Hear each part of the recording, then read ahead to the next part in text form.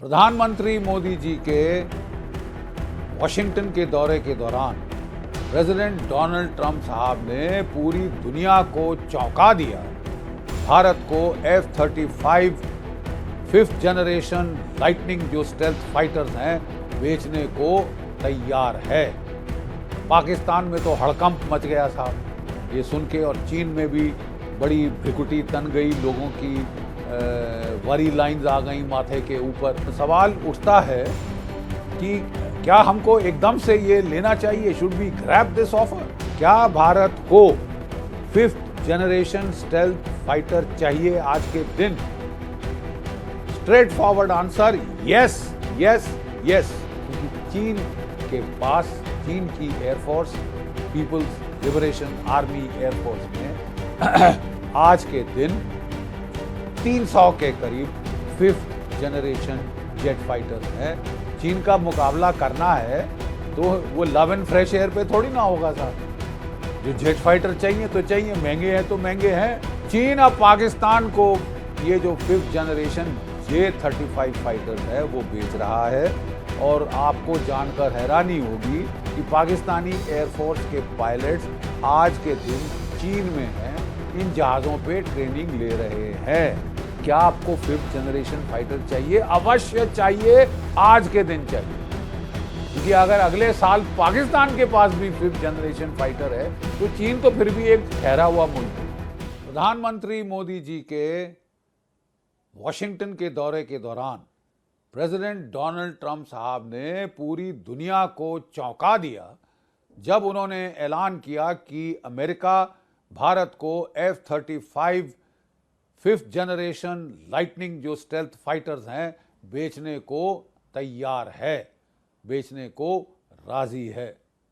पाकिस्तान में तो हड़कंप मच गया साहब ये सुन के, और चीन में भी बड़ी भ्रिकुटी तन गई, लोगों की वरी लाइंस आ गई माथे के ऊपर कि F-35 front line jet fighter of the American air force 5th generation stealth fighter अब अमेरिका भारत को देने को रजामंद है। ठीक है साहब। तो इससे साहब सवाल उठता है कि क्या हमको एकदम से ये लेना चाहिए? Should we grab this offer? Front line cutting edge technology 5th generation fighter, इसको मैं जरा थोड़ा बड़ी तफसील में समीक्षा करने की जरूरत है, क्योंकि ये मोस्ट इंपॉर्टेंट पार्ट था प्रधानमंत्री मोदी जी के अमेरिकन दौरे का। देखिए साहब, मैं बताना चाहता हूं कि डोनाल्ड ट्रंप साहब ने जब ये स्टेटमेंट करी, एक अल्फाज उन्होंने यूज किया जो ज्यादातर लोगों ने तवज्जो नहीं दी इतनी उसकी तरफ। उन्होंने कहा ultimate sale of F-35 to India. Ultimate, ultimate मतलब बाद में, आखिर में। इसका मतलब टाइम फ्रेम जो उनके मन में है वो थोड़ा लंबा है। अब साहब बात ऐसी है कि ये तो केवल एक ऐलान था ऑफ इंटेंट टू सेल। और दूसरी बात, सबको मालूम है कि बैंगलोर एयर शो में अमेरिका का F-35 फ्लाई कर रहा था, रूस का Su-57 5th generation jet fighter, ये दोनों फ्लाई कर रहे थे। दुनिया ने देखा है, भारत की जनता ने देखा है, हमारे सीनियर ऑफिसर्स ने सब जाके उसमें बैठ के उनको परखा। तो ऑलरेडी ये F-35 भारत की स्काइज में आ चुका है। नाउ सवाल ये है कि साहब क्या ये हमको चाहिए? क्या भारत को 5th जनरेशन स्टेल्थ फाइटर चाहिए आज के दिन? Straight forward answer yes yes yes, बिल्कुल चाहिए साहब। अगला सवाल, क्यों चाहिए साहब आपको? इसलिए जनाब, क्योंकि चीन के पास, चीन की air force, people's liberation army air force में आज के दिन 300 के करीब 5th जनरेशन जेट फाइटर्स हैं, J-20 ड्रैगन और J-35। ये जो जहाज हैं 5th जनरेशन स्टेल्थ फाइटर्स हैं, ये उनके पास 300 है। 2035 तक उनके पास ये जहाज़ों की संख्या बढ़ के 1000 5th जनरेशन जेट फाइटर हो जाएंगे। 2000 तो साहब उनके पास 4.5 जनरेशन जेट फाइटर्स हैं, जबकि हमारे पास 700 नहीं है। तो आपको तो चाहिए, चीन का मुकाबला करना है तो वो लव एंड फ्रेश एयर पे थोड़ी ना होगा साहब। जो जेट फाइटर चाहिए तो चाहिए, महंगे हैं तो महंगे हैं, आपकी सुरक्षा के लिए आपको चाहिए। हमको लगता है कि केवल डिफेंस के मामलों में पेनी पिंचिंग सूझती है। लेकिन साहब मैं बताना चाहता हूं एक और चौंकाने वाली बात, चीन के पास तो है ही साहब आज के दिन 300 5th जनरेशन जेट फाइटर्स, आपके पास 0। चीन अब पाकिस्तान को ये जो 5th जनरेशन J-35 फाइटर्स है वो बेच रहा है। और आपको जानकर हैरानी होगी कि पाकिस्तानी एयरफोर्स के पायलट्स आज के दिन चीन में हैं, इन जहाज़ों पे ट्रेनिंग ले रहे हैं। मतलब अगले साल के शुरू तक कोई आपको हैरान नहीं होना चाहिए कि अगर पाकिस्तान जो है वो अपने F-35 फाइटर जेट चीन से लिए हुए खरीदे हुए उड़ा रहा है। पाकिस्तान फटीचर मुल्क, 2 रोज के रोटी खिलाने के नहीं है अपने लोगों के लिए, सिविल वॉर हो रहा है, इकोनॉमिक मेल्टडाउन हो रहा है। कभी भीख का कटोरा लेके अमेरिका के पास, कभी IMF के पास, कभी सऊदी अरेबिया के पास, कभी चीन के पास, कभी कतार के पास, ये घूमता रहता है। लोन चुकाने के लिए लोन ले रहा है। लेकिन साहब ऋणम कृत्वा घृतम प्रिवेत, घी पिएंगे साहब, उधार लेंगे लेकिन घी पिएंगे। हम तो साहब लेटेस्ट टॉयज भारत के पहले लाएंगे। भारत के पास नहीं है 5th जनरेशन फाइटर, पाकिस्तान फटीचर मुल्क के पास होगा। और जो 5th greatest economy in the world है वो साहब नहीं ला पाई है अभी तक 5th जनरेशन फाइटर।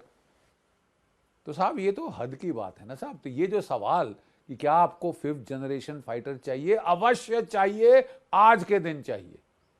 क्योंकि अगर अगले साल पाकिस्तान के पास भी 5th जनरेशन फाइटर है तो चीन तो फिर भी एक ठहरा हुआ मुल्क है, वो इतनी जल्दी से आसानी से पंगा नहीं लेता। ये तो फटीचर और पागल जिहादी मुल्क है, उचक उचक के ये जहां थोड़ा सा एडवांटेज दिखे ये उसको एक्सप्लॉइट करना चाहेगा। अपने F-16 से ये अफगानिस्तान पे बमबारी कर रहा है। J-35 मिल जाए तो इसको तो बहुत क्या कहते हैं टेम्पटेशन होगी भारत पे कुछ नाटक करने की। So whether you need the J-5th generation fighter aircraft now, कोई शक नहीं, बिला शय आपको चाहिए साहब, और कल के चलते आज चाहिए। तो साहब ये मद्देनजर रखते हुए हमारे पास ऑप्शंस क्या हैं। अगर आपको 5th जनरेशन फाइटर एयरक्राफ्ट चाहिए तो आपके ऑप्शन क्या हैं। हम अपने देश में वो आत्मनिर्भर प्रोजेक्ट के तहत हम 5th जनरेशन फाइटर एयरक्राफ्ट अपना डिजाइन कर रहे हैं, अपना बना रहे हैं। AMCA advance medium combat aircraft ये भारत में इजाद किया जा रहा है। लेकिन पहला प्रोटोटाइप आएगा 2028 तक, यानी आज से 3 साल बाद, और मेन जो इंडक्शन शुरू होगी उसमें तकरीबन 10 साल लग सकते हैं। हाँ, पूरी स्पीड अप करने की कोशिश की जा रही है, लेकिन औसतन जो हमारा तजुर्बा रहा है अभी तक 10 साल लगेंगे। और वो भी साहब तब लगेंगे जबकि अमेरिका ये जो AMCA के लिए GE-414 इंजिन प्रॉमिस किए थे वो टाइम पे दे दे आपको साहब। नहीं तो आपको दौड़ना पड़ेगा फ्रांस के पास साफरान इंजन खरीदने। हाँ, उसकी किलो न्यूटन 110 किलो न्यूटन है, ये GE-414 से ज़्यादा। लेकिन साहब पूरा आपको एयरक्राफ्ट रीडिज़ाइन करना पड़ेगा AMCA, क्योंकि ये बनाया था ये GE-414 इंजन की बुनियाद के ऊपर। आपको तो दोबारा रीडिज़ाइन करना पड़ेगा, 10 साल से शायद 15 साल लग जाए। सब बड़ी असमंजस में डाल दिया है ना भारत को। तो आपके पास चॉइस क्या है। AMCA 10 साल ले रहा है, अभी क्या करना है। अगर अगले साल आपके पास पाकिस्तान के पास J-35 Chinese jet fighter 5th generation आ रहा है, कल आप क्या करेंगे। 2 विकल्प हैं, एक F-35 अमेरिकन फाइटर जेट, दूसरा Su-57। ये दोनों जेट बेंगलोर एयर शो में उड़ चुके हैं, ठीक है साहब। और रूस ने तो जब उसको घबराहट हुई कि अगर भारत कहीं वो तो नहीं खरीद लेगा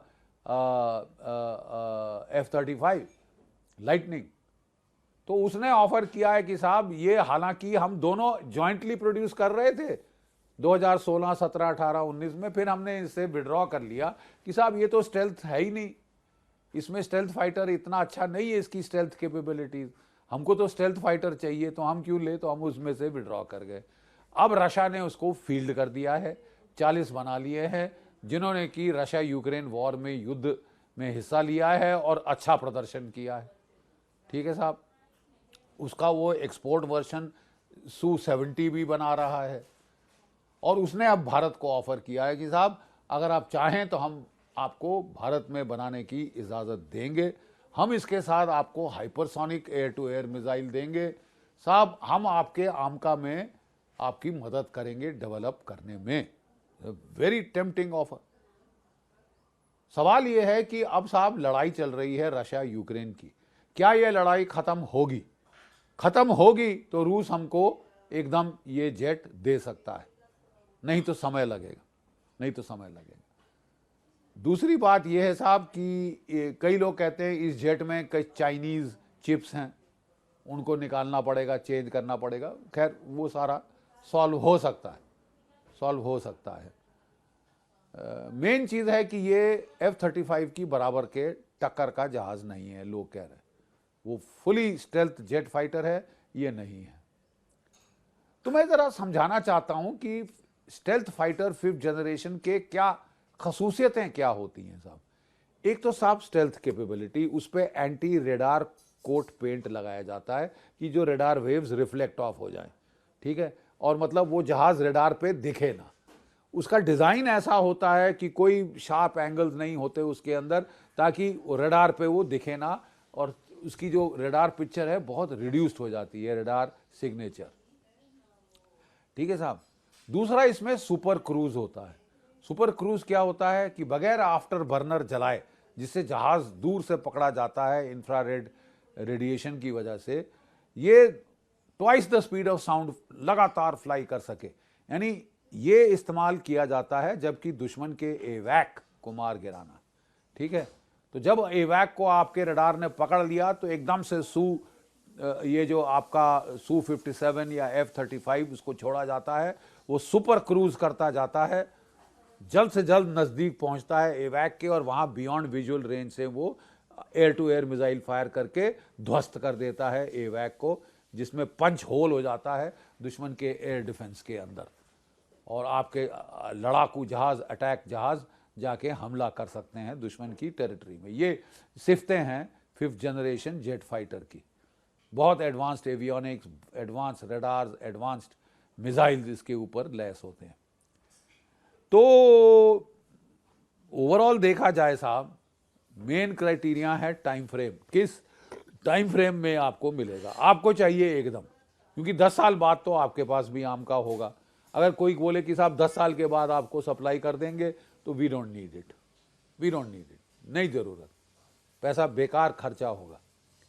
लेकिन अगर हम एकदम चाहते हैं तो जो भी एकदम दे रहा है हमको, मजबूरी का नाम महात्मा गांधी, आपको वो लेना होगा as a stop gap measure. 1 या 2 स्क्वाड्रन, 18 या 36 एयरक्राफ्ट आपको अभी लेने होंगे कि जब तक आम का आता है साहब, तब तक हमको काम चलाने के लिए ये 5th जनरेशन स्टेल्थ फाइटर चाहिए, चाहे रूस का चाहे अमेरिका का। अमेरिका का प्रपोजल का हम इंतज़ार कर रहे हैं। लेकिन एनालिसिस के लिए आपको समझना होगा कि ये जो लाइटनिंग जेट फाइटर है F-35, ये बहुत महंगा जहाज है। इसके 3 वर्जन है साहब, 3 वेरिएंट हैं। F-35A ये अमेरिकन एयरफोर्स उड़ाती है, ये नॉर्मल जहाज की तरह टेक ऑफ करता है। इसका कॉस्ट आज के दिन $80 मिलियन के करीब है, $80 मिलियन एक जहाज का। हैरत की बात यह है कि यह रफाल से थोड़ा सस्ता है। क्यों, कैसे सस्ता है, आप हैरान हो जाएंगे। वो 4.5 जनरेशन है, ये 5th जनरेशन है, लेकिन ये 5th जनरेशन के 1000 जहाज ऐसे बन चुके हैं, रफाल केवल 300 बने हैं। तो जो पर यूनिट कॉस्ट है रफाल का ज्यादा है, इसका थोड़ा सा कम है रफाल से। तो इतना महंगा भी नहीं कि साहब आप बोले कि साहब खरीद ही नहीं सकते। लेकिन इसमें हिडन कॉस्ट बहुत है। क्या हिडन कॉस्ट? सबसे पहले कंप्यूटर। इसमें वो कंप्यूटर हैं जो कि अमेरिकन एयर डिफेंस कंप्यूटर्स के साथ, पेट्रियट मिसाइल के साथ, एवैक के साथ, बाकी जहाज़ों के साथ स्पीक कर सकते हैं, कनेक्ट कर सकते हैं, बात कर सकते हैं। भारत में रूसी कंप्यूटर हैं साहब, जो S-400 के साथ, एवैक के साथ कोई और कंप्यूटर है, बाकी जहाज़ों के साथ और कंप्यूटर हैं। How will the computer speak to one another? आपको पूरा इकोसिस्टम खरीदना पड़ेगा। अब यूरोप में तो वो सिस्टम अमेरिकन पहले से है, अमेरिका में तो है ही है, जापान में भी है, आपको तो नए सिरे से खरीदना पड़ेगा ना साहब। फिर इसके जो मेंटेनेंस ऑपरेशनल कॉस्ट बहुत हाई हैं, बहुत हाई है साहब। मैं समझाने के लिए मैं आपको बताऊं कि $40,000 प्रति घंटा इसका ऑपरेशनल कॉस्ट है, मेंटेनेंस कॉस्ट है। मेंटेनेंस में आपको जो इसका रडार कोटिंग है, स्टेल्थ रडार कोटिंग पेंट, वो डैमेज हो जाता है, उसको रीपेंट करना पड़ता है। इसमें जो है कंप्यूटर सॉफ्टवेयर कोड चेंज करने पड़ते हैं। इसमें जो है साहब आपको इंफ्रास्ट्रक्चर बहुत सारा बनाना पड़ता है, ओवरहॉल इसकी ज़रूरत है ज़्यादा, तो काफ़ी मेंटेनेंस का एक्सपेंडिचर है। मैंने बताया $40,000 पर आवर तो ऑपरेटिंग कॉस्ट है। और मेंटेनेंस कॉस्ट में जो अमेरिकन एयरफोर्स में F-35 हैं, अंदाज है कि 50 साल की लाइफ साइकिल के लिए $1.3 ट्रिलियन चाहिए साहब, अमेरिका जैसे देश को।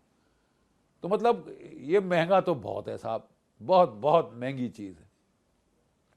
और महंगी होने के बाद साहब प्रॉब्लम एरियाज इसमें ये जो कंप्यूटर के हैं, अब वो अमेरिकन सॉवरेनिटी रिस्ट्रिक्ट करते हैं आपकी, जब वो देते हैं एंड यूज़र एग्रीमेंट करते हैं बड़े सख्त, कि जहाँ बेस करोगे हमको बताना पड़ेगा, जहाँ पे आपके साहब क्या कहते हैं इसमें कोई हम इंस्पेक्शन करेंगे कि आपने कोई पार्ट चेंज नहीं किया, कोई सोर्स कोड बदली नहीं किया, कोई नई चीज़ नहीं लगाई, कोई उतारी नहीं, ये इंस्पेक्शन होते रहेंगे।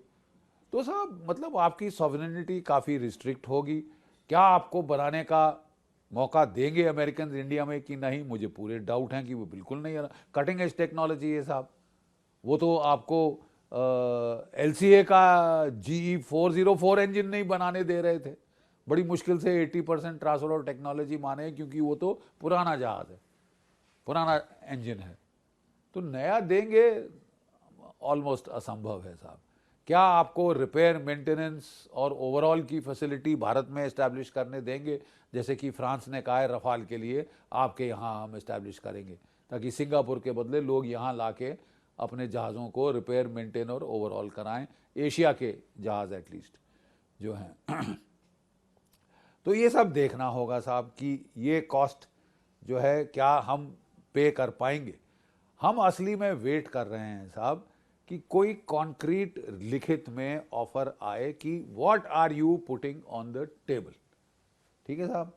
और इसके पहले कि हम इस पे कमिट करें, मेरा ख्याल प्रूडेंट होगा कि हम इंतज़ार करें कि डोनाल्ड ट्रंप साहब के आने के बाद लाइट कॉम्बैट एयरक्राफ्ट के इंजन्स की सप्लाई में कितनी तेजी आती है। अगर वो वही, मैं नहीं समझता वो बाइडेन चाल पे चलेंगे, क्योंकि वो भारत को चाहते हैं, भारत के साथ अच्छे ताल्लुकात चाहते हैं। तो पहला तो एक टेस्ट केस होगा, ये कितनी स्पीड से LCA के इंजन आते हैं आपके पास। और जैसे मैंने बताया कि मेन प्रॉब्लम है कि साहब कितनी टाइमलाइन पे, किस टाइमलाइन पे ये जहाज हमको उपलब्ध हो रहे हैं, या F-35 या Su-57। सीधा डिसाइडिंग फैक्टर होगा। जो जल्दी से जल्दी आ रहा है हमको वो लेना होगा as a stop gap measure. 10 साल के बाद तो हमारा आम का भी आ जाएगा, 10 साल के बाद तो आम का भी आ जाएगा। अगर स्ट्रेट अवे रशिया यूक्रेन का युद्ध, कल अभी ऑलरेडी बातचीत हो रही है सऊदी अरेबिया में, अगले हफ्ते, महीने में, 2 महीने में, 3 महीने में ख़त्म हो जाता है, तो फिर हमको उम्मीद है कि Su-57 काफ़ी स्पीड से आ सकता है। वो एग्जिस्टिंग से ही थोड़ा स्टॉक, अगर जब लड़ाई ख़त्म हो जाती है, वो हमको दे सकते हैं, शेयर कर सकते हैं। वो तो कह रहे हैं कि अपने देश में बनाओ, वो कह रहे हैं हम हाइपरसोनिक मिसाइल दे रहे हैं, वो कह रहे हैं आपके आमका में मदद करेंगे साहब। तो इसके चलते हम लोगों को देखना होगा कि क्या कॉन्क्रीट ऑफर अमेरिका से लिखित में आता है, what exactly is on offer, when. Critical सवाल कब?